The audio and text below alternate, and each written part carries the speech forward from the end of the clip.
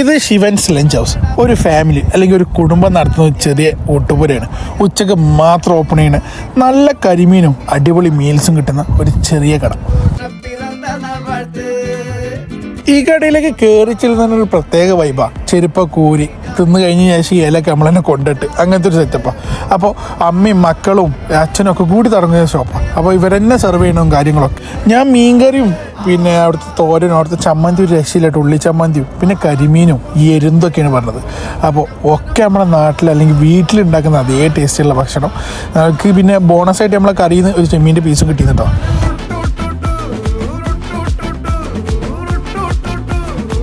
അവരെ കൂട്ടാനുള്ള എല്ലോ രസമാണ്. പക്ഷെ ഏറ്റവും കൂടുതൽ നല്ല ഉള്ളിച്ചമ്മന്തി കിട്ടിയിരുന്നു. ഉള്ളിച്ചമ്മന്തി ചോറും ഒരു രക്ഷയില്ല, കിടിലം. ഞാൻ വേറൊരു കാര്യം അറിയാൻ കഴിഞ്ഞത് എന്താ വെച്ചാൽ തിരൂരേരിയിൽ നോമ്പ് സമയത്താണ് ഇവിടെ ഏറ്റവും കൂടുതൽ തിരക്കുന്ന. അത് എന്താണെന്ന് എനിക്കറിയില്ല. ഉള്ളോട്ടായതുകൊണ്ടാണോ നോമ്പ് കള്ളന്മാരായതുകൊണ്ടാണോ